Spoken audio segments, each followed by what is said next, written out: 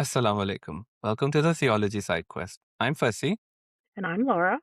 and we are continuing our discussion about what the prophets taught. Today, we're going to be covering some of the prophets. So, we're going to go through Enoch or Idris, and then Noah, Nu, and then we are going to just lightly touch upon Saleh and Hud, which are not quite covered in the Bible, but we're going to see what they say. So, we Yeah. left off our discussion last time talking about Adam.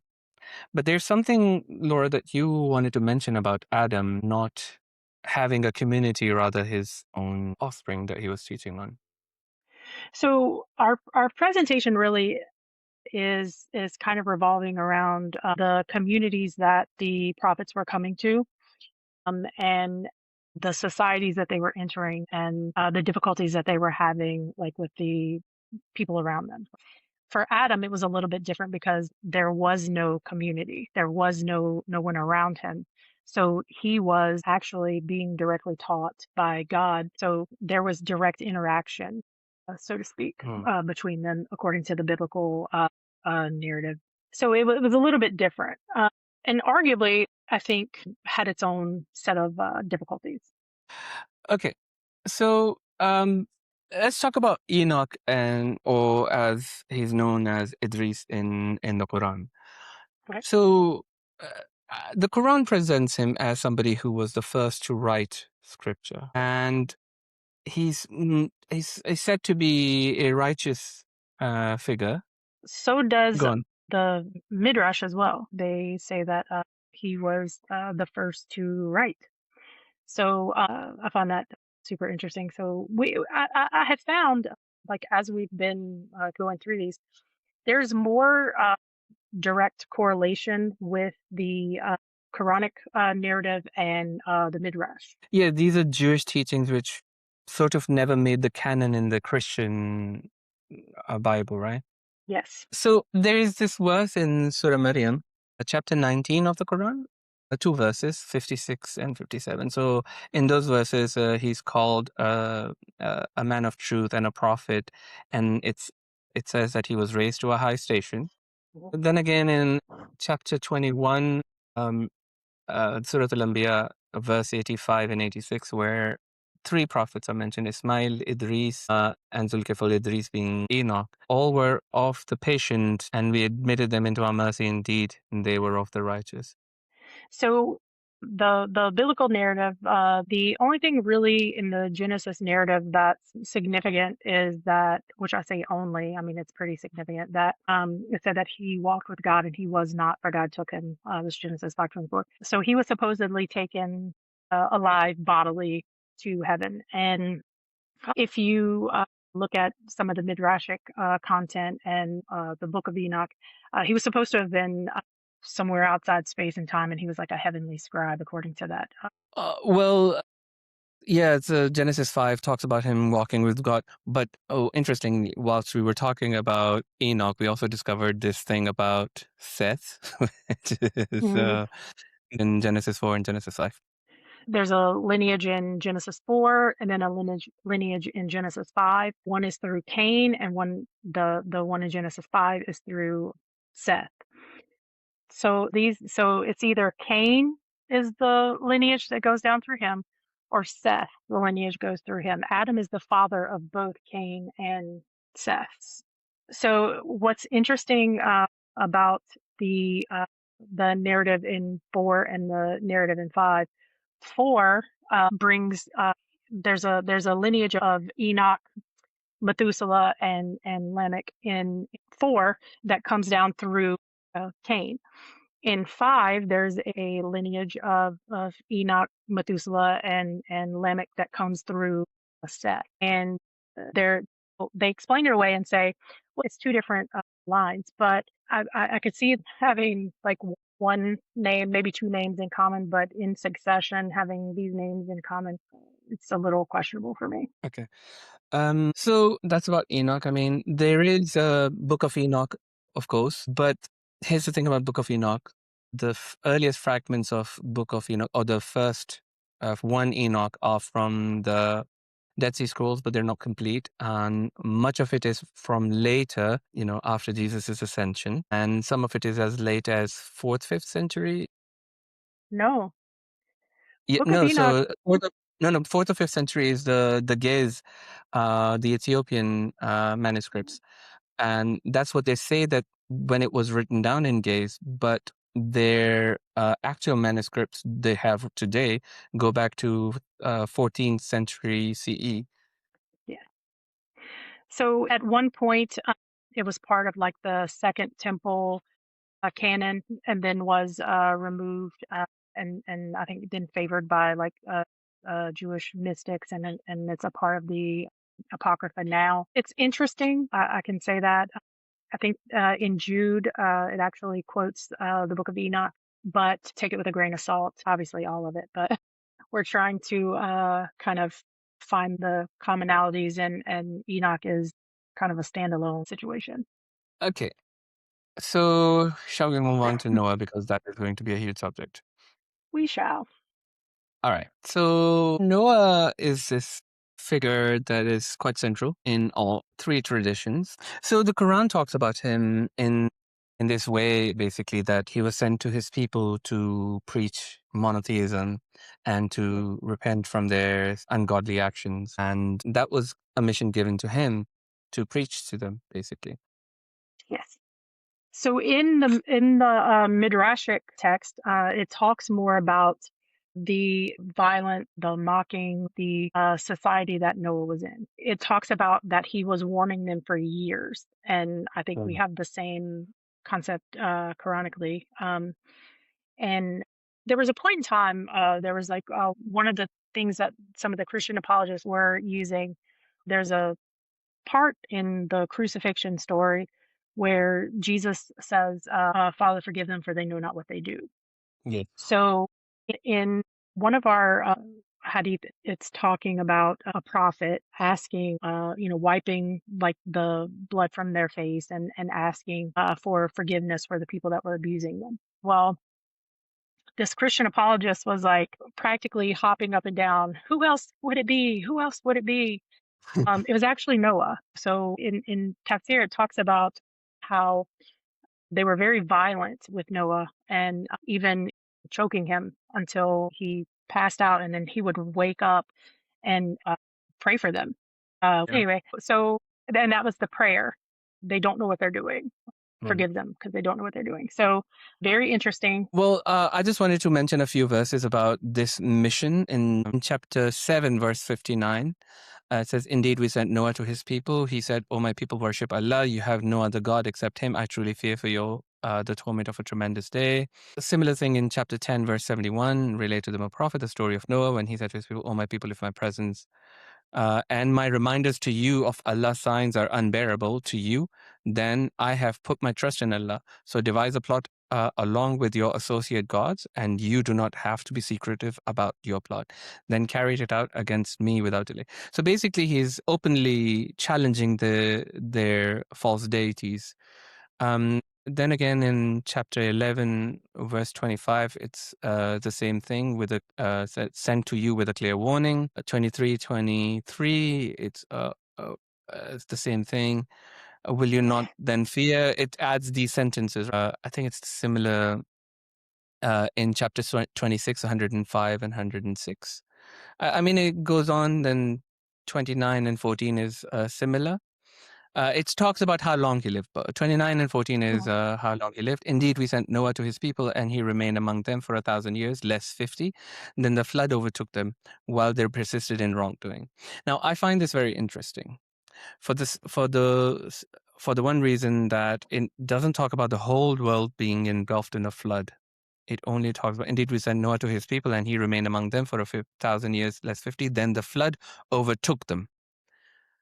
Right, and So archaeologically, like we know that there are places that that never, just because of yeah. right, just by virtue of the fact that there were people that were indigenous to these places, their flood didn't reach there. So they wouldn't have suffered any flood.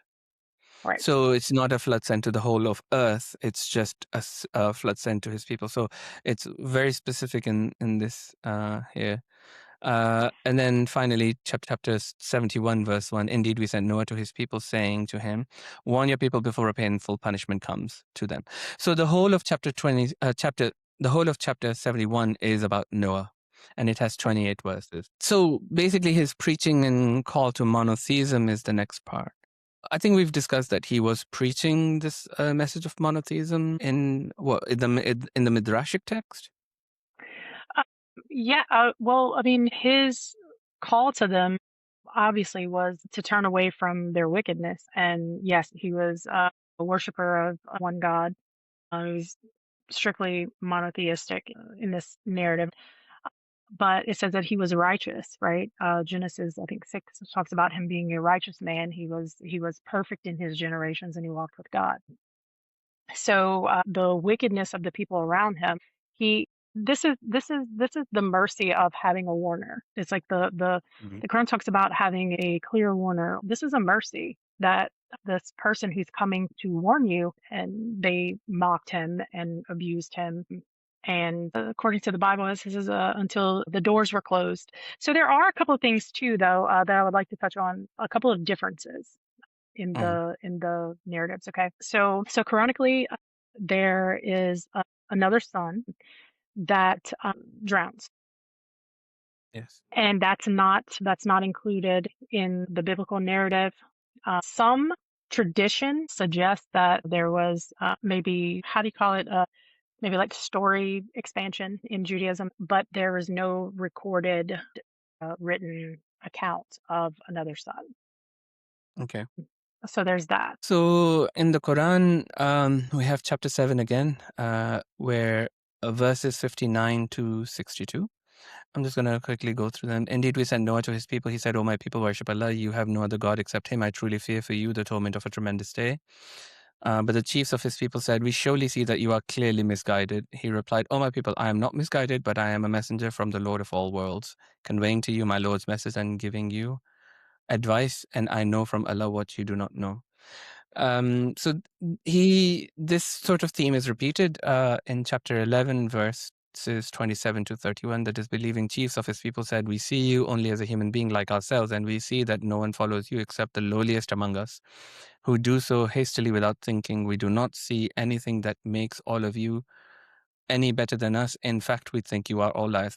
This again brings that theme of, as we discussed in the last episode, about Iblis or Satan being arrogant. These people are sounding very arrogant in their ways. They're not heeding the call of Noah. So in 11:28, it says, "He said, O my people, consider if I stand on a clear proof from my Lord, and he has blessed me with a mercy from himself, which you fail to see. Should we then force it on you against your will?" So this is about giving choice. "O my people, I do not ask you for a payment for this message. My reward is only from Allah, and I will never dismiss the believers, for they will surely meet their Lord. But I can see that you are a people acting ignorantly. O my people, who would protect me from Allah if I were to dismiss them?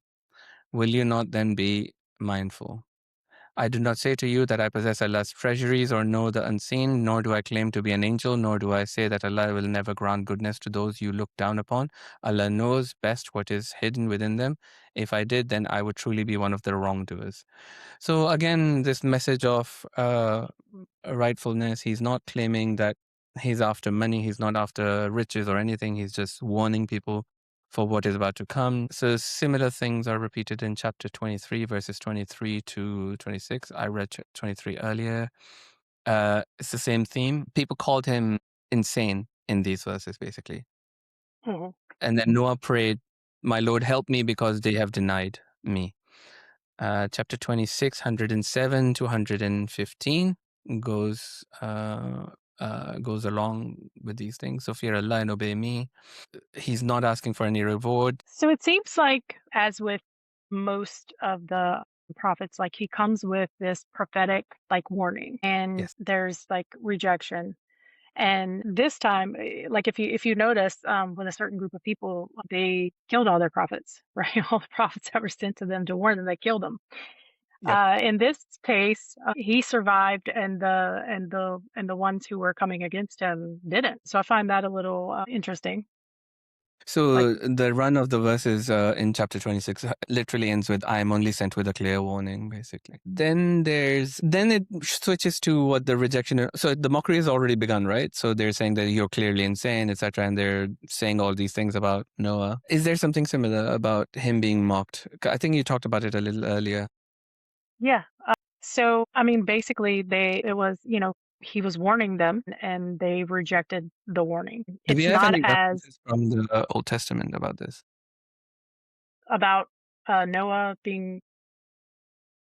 Mocked or So rejected? yeah, if you go to Genesis 6, it Yeah. talks about it's the narrative of it starts with the narrative of Noah. And basically it talks about the earth being corrupt. I think Genesis 6:11 it talks about the earth being corrupt before God and filled with violence. And God looked at the earth and it was corrupt, and all flesh had corrupted his way on the earth. And God said to Noah, "The end of all flesh has come before me. The earth is filled with violence for them, and behold, I'll destroy them with the earth." So, Mm. one of the things that I find interesting about this is well, I've heard different people present, I think it's like in 7, how when they go out into the ark and they're kind of, tossed about on the floodwaters, that God was wrestling with himself whether or not to actually allow them to live, which I find that a So God little. is indecisive?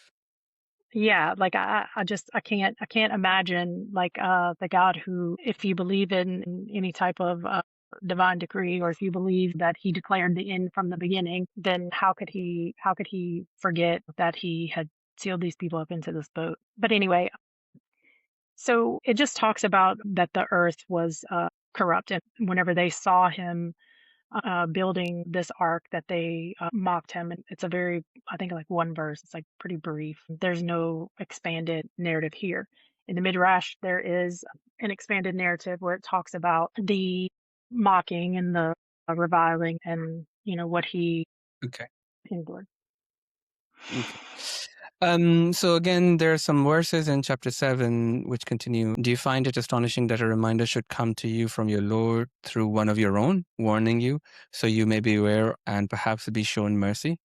But they rejected him, so we saved him and those with him in the ark and drowned those who rejected our signs. They were certainly a blind people. Chapter 11, again, I do not say to you that I possess Allah's treasuries or know the unseen. We read these verses before. Then in chapter 23, again, it's the same verses being replied. So Noah asked for help from his Lord. So we inspired him, build the ark under our watchful eyes and directions. Then when our command comes and the oven bursts, take on board a pair from every species along with your family, except those against whom the decree has already been passed, and do not plead with me for those who have done wrong, for they will surely be drowned.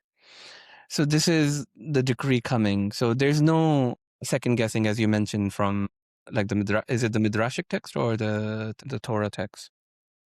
I think it's Torah. Then in chapter 20, we read these verses earlier. The one more verses, they threatened if you do not desist. So this is Noah when telling them that I'm sent to you only with a clear warning. They threatened, if you do not desist, O Noah, you will surely be stoned to death. So they're threatening him now, basically.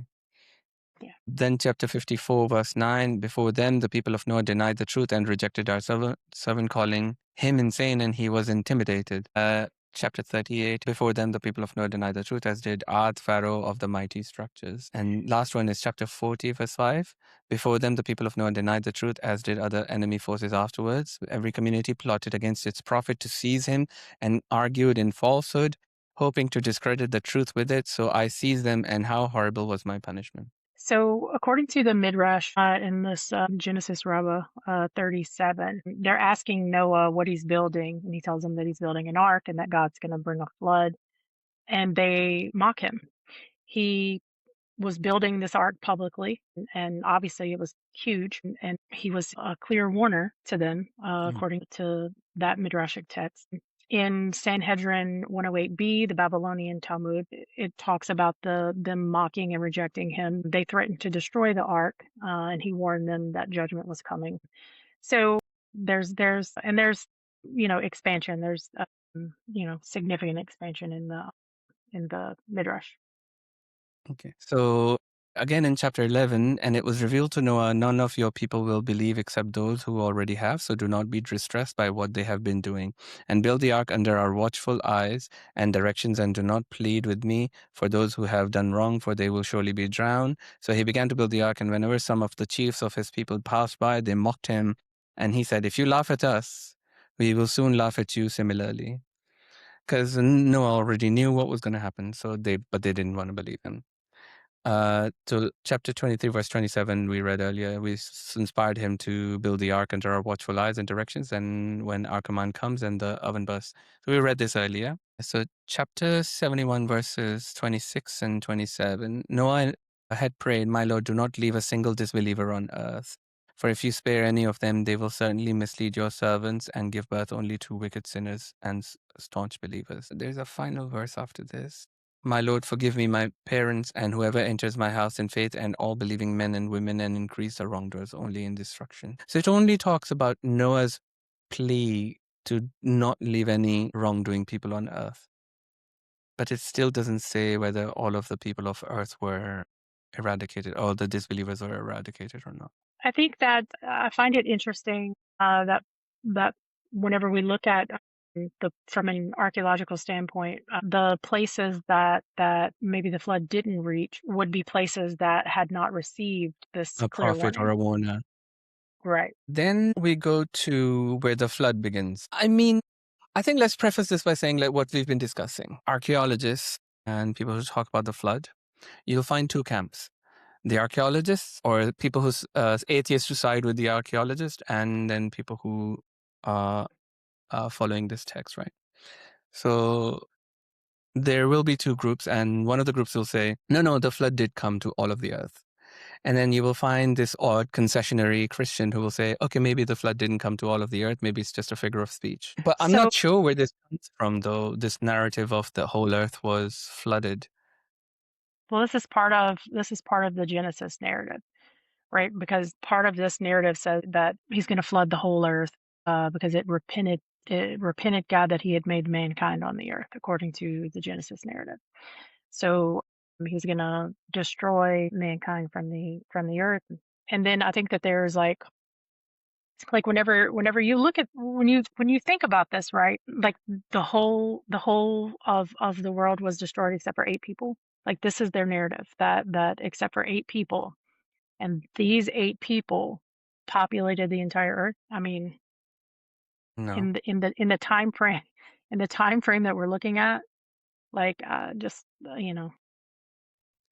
So this, I can't see it. yeah, there's like these verses that talk about it. Like it just talks about that the flood water had overflowed, or that the earth and caused the earth to burst with springs, so the waters met for a fate already set. This is in chapter 54. And then in chapter 11, verse 40, it says, except those against whom the decree to drown has already been passed, and those who believe, but none believed with him except for a few. It doesn't say that the whole earth was engulfed in these flood waters. It just mentions that the sky burst open and the waters met, and that the water was So, over. mhm. As far as like globally, archaeologically, they talk about, I think it's like Greenland, Iceland, Greenland, one of these, like one of the places that they looked at that there's like no evidence of any global flooding here. I mean, there's a lot of things that they looked at, but I think that in their area and anything that they would have ever had contact with, potentially, I mean, I think there's evidence for it, but further out, and again, places that maybe had not received a warner were not, per science. So, and think about animal distribution. Like there are animals that I'm pretty sure they didn't have, every type of animal known. I'm sure they Kangaroos, didn't like, have koala bears from yeah, Australia in the Levant yeah, yeah, right. region. So, right. So I mean, arguably for them, it probably would have seemed like the whole world, but scientifically, it doesn't add up. Then it talks about the Quran talks about boarding people boarding the ark and the fate of his son. So you touched upon one of his sons stayed back because he climbed a mountain in the Quran. So some of these verses you can find chapter 11 verse 40 to 47, chapter 23 verse 28. and chapter 37, verse 75 to 77. And when our command came and the oven burst open, but none believed with him except for a few. And he said, board it in the name of Allah, it will sail and cast anchor. Surely my Lord is also giving, most merciful. And so the ark sailed with them through waves like mountains. Noah called out to his son, who stood apart, "O my dear son, come aboard with us and do not be with the disbelievers." He replied, "I will take refuge on a mountain, which will protect me from the water." Noah cried, "Today no one is protected from Allah's decree except those to whom he shows mercy." And the waves came between them, and his son was among the drowned. And it was said, "O earth, swallow up your water, and O sky, withhold your rain." The flood water receded, and the decree was carried out. The ark rested on Mount Judy, and it was said, "Away with the wrongdoing people." Noah called out to his Lord, saying, "My Lord, certainly my son is also of my family. Your promise is surely true, and you are the most just of all judges." Allah replied, "O Noah, he is certainly not of your family. He was entirely of unrighteous conduct, so do not ask me about what you have no knowledge of. I warn you, so you do not fall into ignorance." So Mount Judy, right? Yes, that's the thing that you wanted to touch upon for. Yeah. So I heard an argument brought by yet another one of the Christian apologists about this Mount Ararat versus Mount Judy. So if you actually read what the Bible says, it says that the ark came to rest on the mountains, plural, of Ararat. So there's a mountain range, right? Mm, This is a mountain range, and Mount Judy is actually in this mountain range. So fun fact, not a mm. contradiction. It's kind of funny when they don't really read the text and then they want to come and argue. Anyway. And then when you and those with you have settled in the ark, say, "All praises for Allah who saved us from the wrongdoing people." This is chapter 23, verse 28. Chapter 37, verses 75 to 77. "Indeed, Noah cried out to us, and how excellent are we in responding. We delivered him and his family from the great distress and made his descendants the sole survivors." So, and then there's uh, the ending part is basically where peace is declared, which is in chapter 11, verses 44, 45, and 46, 47, and 48. It was said, "O Noah, disembark with our peace and blessings on you and some of the descendants of those with you. As for the others, we will allow them a brief enjoyment, and then they will be touched with a painful punishment from us." So there's an acknowledgement that there are other survivors, not just on the ark. So there's like direct acknowledgement in the Quran of those having survived. Um, so as we said earlier in the introduction, there's two more prophets mentioned in the Quran by name between Adam and Abraham, Hud and Saleh. So there's specific verses you can find, like in chapter 7, verse 65 to 72, chapter 11, verse 50 to 60, chapter 26, verses 123 to 140, chapter 46, verses 21 to 28. So there's these other prophets, but we don't find any parallel. We don't find any mentions of these in the Torah or the Tanakh. But it's just basically warners that come to call the people to basically like repentance. They reject them, and then punishment or destruction follows. So basically, what we find here is that in these societies, these violent, wicked societies, there was a mercy that was sent to them in these prophets, and they reject them over and over and over again. And then what follows that is destruction. And so whenever the Quran tells us over and over again that there'll be a clear warner, right? Mm, And if you reject it, it'll be a painful punishment. We see it, yes. over and over with these prophets. So it's a clear warner, I rejection, destruction. So this is what I would say, just as a closing point. I think we see that there's consistency. Even if you open like the Midrashic text or the Torah text, you will find some of these embellishments in the Torah because they're talking about specific people, but then you'll find the message in there, but they will start telling things about the prophet themselves, not sticking to the core message. But the Quran does away with all of these other parts and focuses on being lawful and heeding the warning of God to remain lawful. And this is what I notice. I think with that, we will say goodbye to this episode, and then we will get to Abraham. I think we will touch a little bit on Lot as well. And that's going to be a big episode as well, because there's Yeah, I think so. quite a lot of things to cover with Abraham as well. One of the key There's a central little bit of a figures. There's a little with Lot that is kind of that I find interesting anyway. Okay. Please read the Quran, brush up on your theology, make sure that you follow the commandments, and we shall see you in the next episode. Assalamu alaikum.